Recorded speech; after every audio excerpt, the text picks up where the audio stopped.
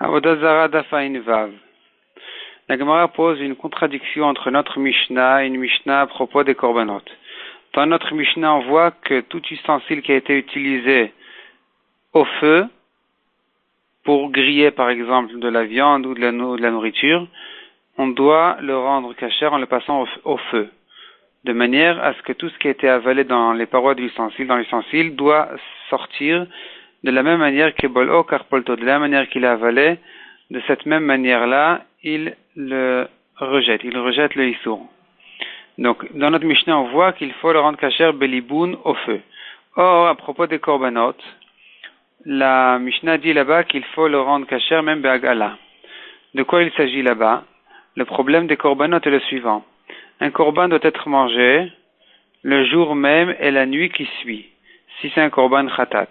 Si c'est un korban shlamim, il peut être mangé jour, nuit et jour du lendemain.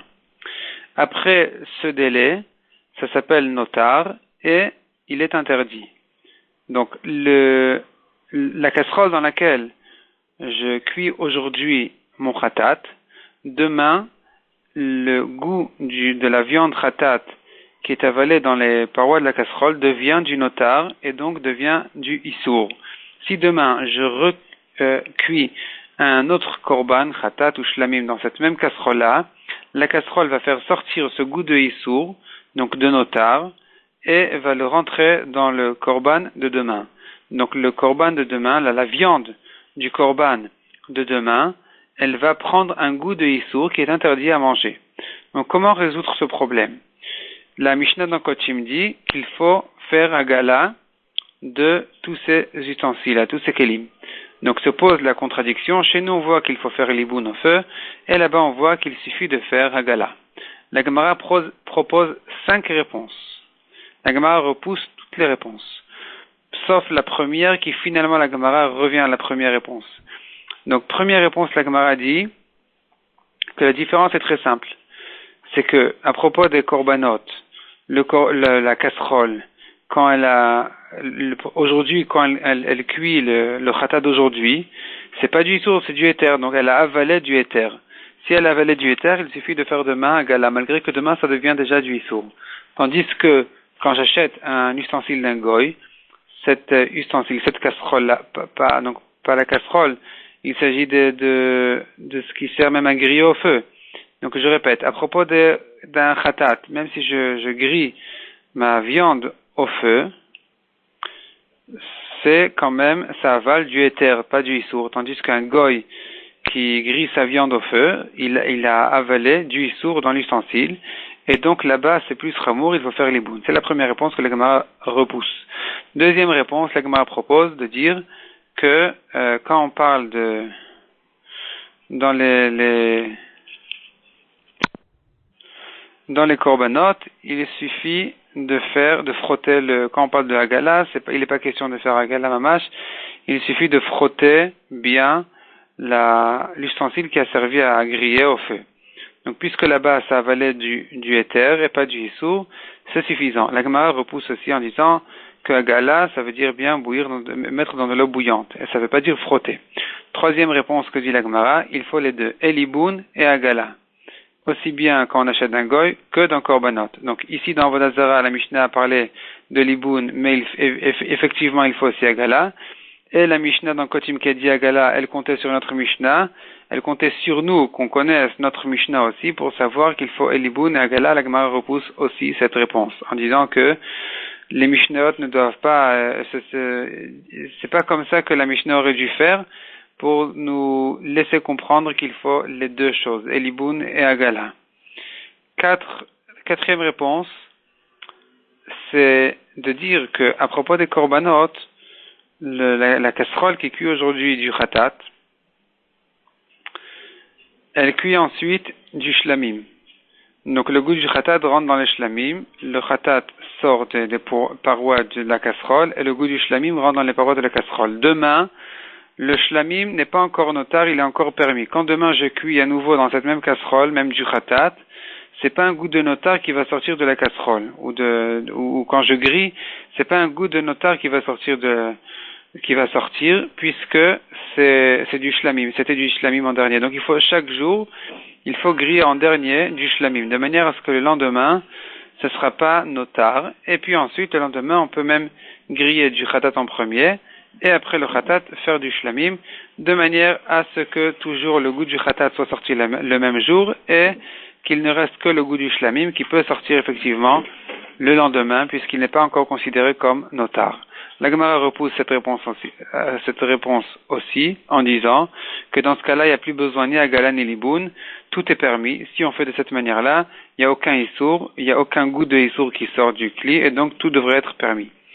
Cinquième réponse est de dire que puisque les korbanot, les kochim, on a l'habitude d'utiliser les ustensiles sans arrêt pour cuire, ça fait que ça s'avale moins, ça se propage moins dans l'ustensile, et c'est plus facile à le rendre kasher, plutôt qu'un ustensile où on a l'habitude de cuire de temps en temps, ou de griller de temps en temps. Là-bas, ça pénètre plus profondément, le goût il s'installe plus profondément pas forcément profondément dans l'épaisseur, mais plus fort dans le kli, et donc il faut faire un plus gros effort pour le ressortir, il faut faire l'iboun. Donc la différence serait entre kochim et les ustensiles des goïm, c'est que les ustensiles des goïm, il faut faire un plus gros effort pour sortir le issour, puisque l'ustensile sert de temps en temps à cuire, tandis que à propos des korbanot, puisqu'on a l'habitude sans arrêt de les d'utiliser ces ustensiles pour griller les kochim, donc c'est plus facile de ressortir le goût de issour. Dernière réponse, la Gemara revient à la première réponse en disant qu'effectivement c'est la première réponse qui est la bonne, à savoir que les kochim, les ustensiles ont avalé du éther, donc puisque au moment où on a grillé le korban, il était permis, même si le lendemain le goût devient un goût de notar qui est interdit, mais puisque au moment où il a été avalé dans le kli, il était permis, il suffit le lendemain de faire une agala, il n'y a pas besoin de faire l'iboun, puisque quand le goût ressort, c'est pas du issour mamash qui sort, c'est qu'un goût de issour qui sort, et donc il suffit même de faire agala. Tandis que quand j'achète d'un goy, puisque c'est un goût de issour qui est rentré au moment où il est rentré dans le kli, dans l'ustensile, c'est déjà un goût de issour, donc ça fait que pour le ressortir, je le dis n'est plus ramour, il faut faire l'iboun. Ensuite, la Gemara dit de quelle manière, quelle puissance de feu il faut pour faire l'iboun. La Gemara dit qu'il faut que ça épluche une épaisseur, une pellicule de l'ustensile. Il faut que le feu enlève une petite épaisseur de l'ustensile. Pour faire agala, dit la Gemara, on met une petite marmite dans une grande marmite, et si elle est déjà très grande, eh bien, il faut mettre de la pâte tout autour au-dessus de la marmite, de manière à ce qu'on puisse la remplir d'eau bouillante jusqu'en haut, et que l'eau qui va un peu éclabousser en dehors du kli, elle pourra faire agala, des endroits qui ont été touchés, même à l'extérieur, sur la hauteur de l'épaisseur du kli, quand le goy l'a utilisé pour son issour. Ensuite, la Gemara dit, le couteau de issour, il faut non seulement bien le frotter et même enlever une certaine couche, et puis ensuite le planter 10 fois dans de la terre dure, et seulement un couteau qui n'a pas de petites fentes, mais s'il y a des petites fentes, c'est insuffisant. Et tout ça, c'est que pour l'utiliser à froid. Mais si c'est pour l'utiliser à chaud, il n'y a rien à faire, il ne reste qu'à faire agala. Et d'ailleurs, la Gemara finit par une histoire où un goy, le roi de Paras, Shvor Malka, il avait 2 invités juifs, et puis il s'est servi de son couteau pour lui-même, et puis ensuite il a fait passer le couteau à un de ses invités sans le rendre kasher, et ensuite quand il a fait passer son couteau à Shmuel, il a planté dans la terre 10 fois pour le rendre kasher, et l'autre, c'est le premier juif, s'est étonné pourquoi est-ce qu'il a dit, est-ce que moi je suis pas un juif, c'est que lui qui est un juif. Et il lui a répondu le roi, Shmuel, je le connais comme quelqu'un qui fait attention, mais toi, je te connais pas comme quelqu'un qui fait attention à sa cachoute. De là, on apprend d'ailleurs que celui qui fait attention à manger kasher, après Akadosh Baruch Hu, il le garde, qu'il n'ait pas de problème. Adranalach Masechet Avodah Zara Vadra Chalan.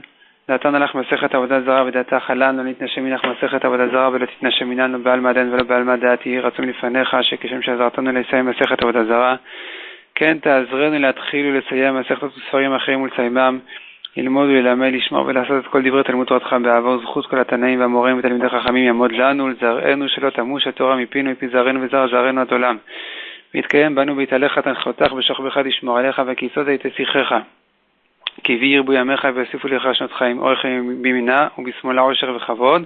השם עוז לעמו ייתן, השם יברך את עמו בשלום.